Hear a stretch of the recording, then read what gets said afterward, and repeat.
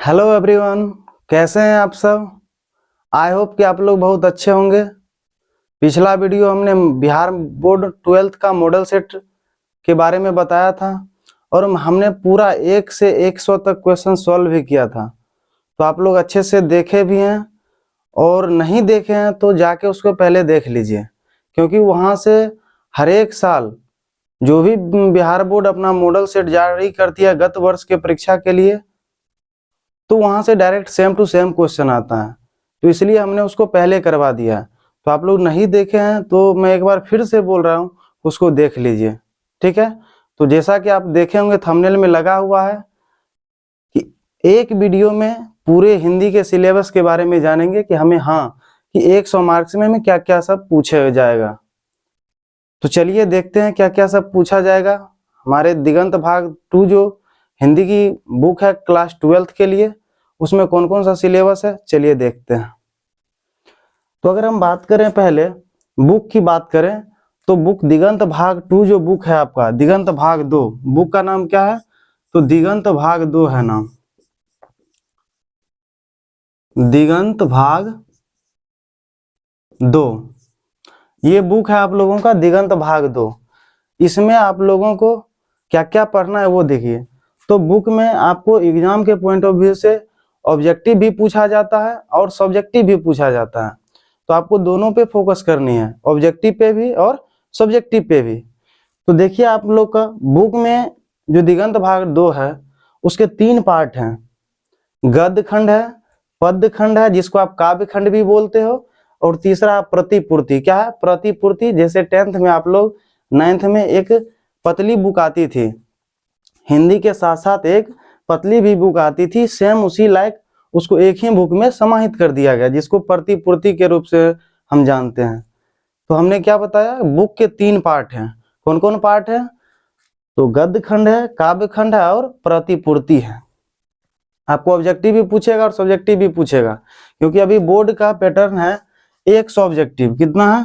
100 objective अभी board का pattern है, तो उसको ध्यान देना बहुत जरूरी है। तो इसमें आपको 50-50 करके रहेगा, 50 ऑब्जेक्टिव रहेगा बुक से और 50 रहेगा ग्रामर से। तो आपको बुक में बता दिया 3 खंड है, गद्य खंड, काव्य खंड जिसको पद खंड बोलते हो, और तीसरा क्या है? प्रतिपूर्ति है। इसमें आप लोग को ऑब्जेक्टिव पूछेगा भी और साथ साथ देखिए सब्जेक्टिव में आपको 100 प्रसंग व्याख्या करने के लिए देगा। 4 क्वेश्चन दिया जाएगा 100 प्रसंग व्याख्या करने के लिए, और उसमें से आप लोगों को 2 बनाना है। कितना बनाना है? 2। कितना पूछेगा? 4। बनाना कितना है? 2। 100 प्रसंग व्याख्या, इसमें आपको 2 रहेगा गद्य खंड से और 200 प्रसंग व्याख्या रहेगा पद्य खंड से। 2 गद्य खंड, 2 पद्य खंड यानी काव्य खंड, यानी 4 क्वेश्चन पूछे जाएंगे और 2 बनाना है। दोनों रहेगा 4-4 मार्क्स का, यानी 2 बनाओगे 4-4 मार्क्स का रहेगा, यानी 2 क्वेश्चन 8 मार्क्स का। ठीक है, तो 2 क्वेश्चन बनाइए, कितना मार्क्स का हो जाएगा? 8 मार्क्स का आपका हो जाएगा। उसके बाद हमने लिखा है लघु उत्तरीय प्रश्न। लघु उत्तरीय प्रश्न भी आपको कितने रहेंगे? तो 5 बनाने रहेंगे, जिसमें आपको 5 बनाना है और क्वेश्चन टोटल रहेगा 10, यानी 10 में से आपको 5 लघु उत्तरीय क्वेश्चन बनाना है। 50 शब्द में 60 शब्द में आपको उत्तर देना है। तो लघु उत्तरीय भी बुक से रहेगा। उसके बाद दीर्घ उत्तरीय भी बुक से पूछा जाता है, जो 5 नंबर का प्रत्येक क्वेश्चन होता है। आपको 6 क्वेश्चन दिए जाएंगे, जिसमें से आपको 3 प्रश्नों का जवाब देना है। कितने प्रश्नों का? मात्र 3 प्रश्नों का जवाब देना है, और प्रत्येक प्रश्न 5 नंबर के होते हैं, अर्थात 15 नंबर को आपको बनाना है 30 नंबर में से। कितने नंबर में से? 30 में से आपको 15 बनाना है, यानी 3 क्वेश्चन आपको सॉल्व करना है दीर्घ उत्तरीय प्रश्न। तो हमने बुक का क्राइटेरिया देख लिया क्या क्या है, यानी गद्य खंड भी है हमारे बुक में, काव्य खंड भी है और प्रतिपूर्ति भी है। तो प्रतिपूर्ति से जनरली 2 या 3 ऑब्जेक्टिव पूछ लिया जाता है, या ऐसे अगर 60 ऑब्जेक्टिव रहता और उसमें 50 कलेक्ट करना रहता तो आपको उसमें 2 ऑब्जेक्टिव देता है लेकर, लेकिन अभी 3 से 4 भी ऑब्जेक्टिव रह सकता है। 100 प्रसंग व्याख्या में आपको बता दिए कि 4 में से आपको 2 बनाना है, एक गद्य खंड से और एक पद खंड से। अब जो आप अगर मन होगा तो दोनों गद्य खंड से बना सकते हैं, और अब आपका मन है तो पद खंड से बना सकते हैं। 4 में से कोई 2 आपको बनानी है। प्रत्येक क्वेश्चन 4 नंबर का रहेगा, 8 नंबर 100 प्रसंग व्याख्या से। उसके बाद दीर्घ उत्तरीय प्रश्न में 15 नंबर, 3 प्रश्न आपको सॉल्व करनी है। आइए चलते हैं हम अब ग्रामर में देखते हैं। ग्रामर में 2 पार्ट में आपको एग्जाम में क्वेश्चन पूछा जाता है। बिहार बोर्ड 2 तरीके से क्वेश्चन पूछती है, एक ऑब्जेक्टिव तरीके से और एक सब्जेक्टिव तरीके से। आपको पहले भी बता दिया हमने कि बुक में भी आपको ऑब्जेक्टिव क्वेश्चन और सब्जेक्टिव क्वेश्चन रहेंगे, ठीक उसी प्रकार ग्रामर में भी आपको ऑब्जेक्टिव और सब्जेक्टिव दोनों क्वेश्चन पूछे जाएंगे। तो देखिए ऑब्जेक्टिव कहाँ कहाँ से पूछा जाता है और सब्जेक्टिव कहाँ कहाँ से पूछा जाता है। तो आपको मूल रूप से जो सब्जेक्टिव की पहले बात कर लेते हैं, ग्रामर में सब्जेक्टिव। तो सब्जेक्टिव में आपको रहेंगे निबंध, ग्रामर में सब्जेक्टिव में आपको क्या पूछा जाएगा, पहले निबंध पूछा जाएगा। एक निबंध 8 मार्क्स का रहता है, यानी 5 निबंध आपको दिया जाएगा, उसमें से आपको कितना सॉल्व करना है, 1, बस एक ही को सॉल्व करना है, एक निबंध बनाना है 8 मार्क्स का। उसके बाद है आवेदन पत्र। क्या है, आवेदन पत्र रहेंगे दिए, आवेदन पत्र आपको अथवा करके दिया जाएगा, यानी 2 आवेदन पत्र दिया जाएगा अथवा करके, यानी ये या तो ये बनाओ ना तो ये बनाओ, यानी 2 में से कोई एक आपको बनाना है, अथवा करके दिया रहेगा आवेदन पत्र, ठीक है। उसके बाद आपको सब्जेक्टिव में पूछता है संक्षेपण। क्या पूछता है, संक्षेपण पूछता है। तो आवेदन पत्र कितना नंबर का हो गया, 5 नंबर का, एक बनाना है आपको। संक्षेपण जो है ये भी पूछता है आपको, बस एक बनाना रहता है, 2 दिया जाता है, यानी 2 में से आपको कितना संक्षेपण बनाना है, तो 1 बनाना है।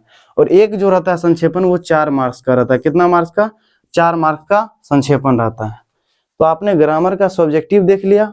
अब चलिए हम ऑब्जेक्टिव देख लेते हैं।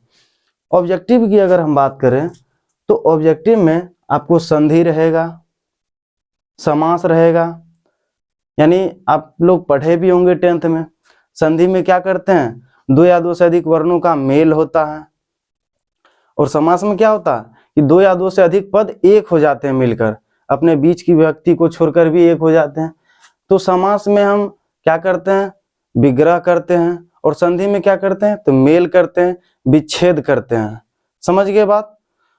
उसके बाद पूछा जाता है मुहावरा। क्या पूछा जाता है, मुहावरा भी पूछा जाता है।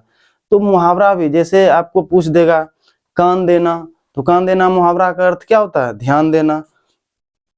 आपको पूछ देगा अंधे की लकड़ी, ये मुहावरा है, अंधे की लकड़ी यानी क्या हो गया, अंधे की लाठी, यानी एक ही सहारा हो गया। तो आपको ये चीजें बहुत गौर से देखनी पड़ेगी कि आखिर मुहावरा कह रहा है क्या, यानी जो सामान्य अर्थ में दिखता है वो रहता नहीं है, यानी आपको अंदर तक उसमें देखना पड़ता है। तो मुहावरा भी पूछा जाता है 2 से 3 मार्क्स का, संधि भी 2 से 3 मार्क्स, समास भी 2 से 3, उच्चारण स्थान से भी पूछ लिया जाता है। उच्चारण स्थान जैसे कहेगा कि बताओ प का उच्चारण स्थान कहाँ है, प, तो हम किससे उच्चारण करें, प, ओष्ठ, तो आपको यहाँ उच्चारण स्थान से भी दे देगा। जैसे क क क, तो क का उच्चारण स्थान कहाँ है, कंठ है, तो वहां से भी, यानी उच्चारण स्थान से 2 से 3 क्वेश्चन पूछ लिया जाता है। उसके बाद अगर बात करें तो संज्ञा से पूछा जाता है क्वेश्चन हर एक साल, इसको ध्यान देने की जरूरत है। संज्ञा में हर एक साल 2 से 3 नंबर का क्वेश्चन पूछा ही जाता है। जैसे पूछ देगा कि बताओ कावेरी नदी कौन सी संज्ञा है, तो कावेरी नदी का नाम है तो व्यक्तिवाचक संज्ञा हो गया। ये आपके सेंटअप एग्जाम में पूछा गया था इस साल के। इस बार मॉडल पेपर में पूछा गया कि बताओ विजयदशमी कौन सी संज्ञा है, तो आपको पता होगा कि विजयदशमी कौन सी संज्ञा है, नाम है, प्रभु का नाम है, त्योहार का नाम है, तो क्या हो गया, जब नाम आ जाए तो व्यक्तिवाचक संज्ञा, क्या हो गया, व्यक्तिवाचक संज्ञा। यहीं पे सीधे त्योहार रहता तब जातिवाचक संज्ञा।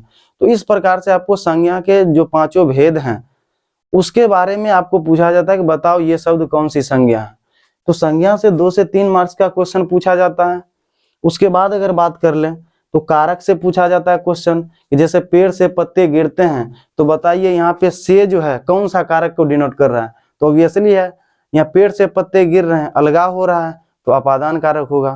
फिर कहेगा कि किसान हल से खेत की जुताई कर रहा है, किसान हल से खेत की जुताई कर रहा है, तो अंडरलाइन कर देगा से के नीचे और पूछ देगा कि बताओ यहाँ पे से कौन सा कारक है, तो करण कारक हो जाएगा क्योंकि जुराब है। क्योंकि अगर किसान खेत की जुताई कर रहा है, हल से कर रहा है, तो हल पकड़ के ना जोतेगा, ऐसा है कि हल को घर पे रखेगा और अपने खेत में जाके जुताई करेगा अपने से, संभव है नहीं। तो हल के साथ उसको रहना पड़ता है, यानी जुराब है। तो जब जुराब होगा तो करण कारक, और जब अलगाव होगा तो कौन सा कारक, अपादान कारक। चलिए आगे है वाक्य, आपको पूछ देता है वाक्य निम्न में से कौन सा वाक्य शुद्ध है, निम्न में से कौन सा वाक्य अशुद्ध है, ये पूछ दिया करता है। कौन सरल वाक्य है, कौन मिश्रित वाक्य है, ये भी आपको पूछ दिया करता है। तो वाक्य से भी क्वेश्चन रहा करता है 2 से 3। अगला है विशेषण। विशेषण से भी क्वेश्चन पूछे जाते हैं हर एक साल, आपको पहले ही बता दिए विशेषण से रहेगा ही। अच्छा बुरा ये सब क्या है, विशेषण है, तो आपको विशेषण से भी क्वेश्चन रहेंगे। उपसर्ग से रहते ही हैं, उपसर्ग से जैसे बोल देगा प्रचार में कौन सा उपसर्ग है, तो प्र उपसर्ग है। ऐसे करके आपको क्या करेगा, उपसर्ग पूछ लेगा। जैसे पूछेगा उपहार में कौन सा उपसर्ग है, तो उप हो गया उपसर्ग, तो उपसर्ग से भी क्वेश्चन रहते हैं। उसके बाद अगर बात करें तो पर्यायवाची से भी शब्द पूछा जाता है। किसे, पर्यायवाची से। पर्यायवाची से भी आपको शब्द यानी पूछे जाते हैं, 2 से 3 मार्क्स का रहता है। 2 तो फिक्स ही है क्वेश्चन, पर्यायवाची से रहता ही है। जैसे अश्व का पूछ देगा, बताओ घोटक, घोड़ा, ये सब क्या उसका पर्यायवाची है। पक्षी का पूछ देगा खग, ये क्या उसका पर्यायवाची शब्द है, चिड़िया हो गया। तो पर्यायवाची शब्द से भी क्वेश्चन पूछे जाते हैं। विलोम से तो पूछे ही जाते हैं, ये सब को निगलेक्ट करने वाली बात ही नहीं है। यहाँ से डायरेक्ट क्वेश्चन हर एक साल बोर्ड में पूछी जाती है, इसलिए आपको ज्यादा ध्यान देने की जरूरत है। तो आपको विलोम शब्द ही पूछता है, जैसे क्या ऊंचा का क्या हो जाएगा, नीचा हो जाएगा, अच्छा का बुरा, सुख का दुख, इस टाइप से आपको विलोम शब्द पूछे जाएंगे। नेक्स्ट अगर बात करें तो लिंग निर्णय है, आपको लिंग निर्णय से भी क्वेश्चन रहते हैं। स्त्रीलिंग पूछा जाएगा, देकर कहेगा इसका बताओ पुल्लिंग क्या है, पुल्लिंग देकर पूछ देगा इसका बताओ स्त्रीलिंग क्या है। तो इस प्रकार से भी आपको लिंग निर्णय में क्वेश्चन पूछे जाते हैं। उसके बाद शुद्ध अशुद्ध रहेंगे, यानी पूछ देगा, एक क्वेश्चन दे देगा, कहेगा बताओ निम्न में से कौन सा शुद्ध शब्द है, और नीचे 4 ऑप्शन दे दिया जाएगा। ठीक है, तो वहां से भी एक क्वेश्चन पूछा जाता है कि बताओ निम्न में से कौन शब्द शुद्ध है, कौन शब्द अशुद्ध है। दोनों टाइप के क्वेश्चन पूछे जाते हैं, इसलिए जब भी आप क्वेश्चन पढ़ें तो ध्यान देकर पढ़ें। अगला है अनेक शब्दों के एक शब्द। अनेक शब्दों के एक शब्द से भी क्वेश्चन पूछे जाते हैं हर एक साल। मैं बता रहा हूँ ना, ये सब ग्रामर का जो टॉपिक है, इन सारे टॉपिकों से हर एक साल क्वेश्चन पूछे जाते हैं। ठीक है, जैसे अनेक शब्दों के एक शब्द, जैसे कहेगा ठीक है, तो आपको अनेक शब्द के एक शब्द भी ध्यान रखना है। फिर आपको सर्वनाम भी ध्यान रखना है, सर्वनाम से भी क्वेश्चन पूछ देता है। निश्चयवाचक, अनिश्चयवाचक, ये जो सर्वनाम है इससे क्वेश्चन पूछ देता है। उसके बाद क्रिया से क्वेश्चन पूछता है कि बताओ निम्न में से कौन सकर्मक क्रिया है, कौन अकर्मक क्रिया है, कौन द्विकर्मक क्रिया है। तो क्रिया से भी क्वेश्चन रहते हैं। उसके बाद काल से भी रहता है, इस बार भी आपके मॉडल सेट में पूछा है। तो काल से रहता है कि बताओ वाक्य दे देगा लेकर, जैसे सीता पत्र लिख रही है, पूछ देगा इसमें से कौन काल है, वर्तमान काल है, भूतकाल है, भविष्यत काल है, बताओ। तो है लगा, वो सीता पत्र लिख रही है, वर्तमान समय का बोध रहा, क्या हो जाएगा, वर्तमान काल हो जाएगा। तो आपको काल से भी क्वेश्चन रहेंगे। अब से भी प्रश्न पूछ दिया करता है, जब आपको हम चैप्टर में आएंगे तो डीपली हम जाएंगे। ठीक है, तो अब से भी क्वेश्चन पूछ दिया करता है। उसके बाद शब्द रचना से भी क्वेश्चन पूछता है, इस बार भी आपको पूछा हुआ है क्वेश्चन। शब्द रचना से पूछ देगा, बताओ निम्न में से कौन तत्सम शब्द है, कौन तद्भव शब्द है, कौन देशज शब्द है, कौन विदेशज शब्द है। जैसे अलमारी की बात करें तो अलमीरा कौन हो गया, तो अलमीरा हो गया, विदेशज शब्द हो गया। लोटा डोरी देशज शब्द हो गया। जैसे अग्नि हो गया तत्सम, और उसी का बिगड़ा हुआ रूप तद्भव, तो अग्नि का क्या हो जाएगा, आग हो जाएगा। ये क्या है, उसका तद्भव रूप है। तो आपको दे देगा कि बताओ निम्न में से कौन तत्सम है, तद्भव है, देशज है, विदेशज है। इस टाइप से भी क्वेश्चन पूछता है। पदबंध भी आपको पूछेगा, पदबंध से भी रहता है। प्रत्यय से तो रहता ही है क्वेश्चन, बताओ जैसे ऐतिहासिक है तो इसमें कौन सा प्रत्यय, तो इक प्रत्यय हो जाएगा। ठीक है, तो इन सारे जगहों से क्वेश्चन व्याकरण से उठा के पूछे जाते हैं हर एक साल बोर्ड के एग्जाम में। तो इसलिए आप लोगों को ये अभी भी समय है, अभी भी समय है। व्याकरण को हम 15 दिन में हम क्लियर कर सकते हैं, बुक को 10 दिन में क्लियर कर सकते हैं।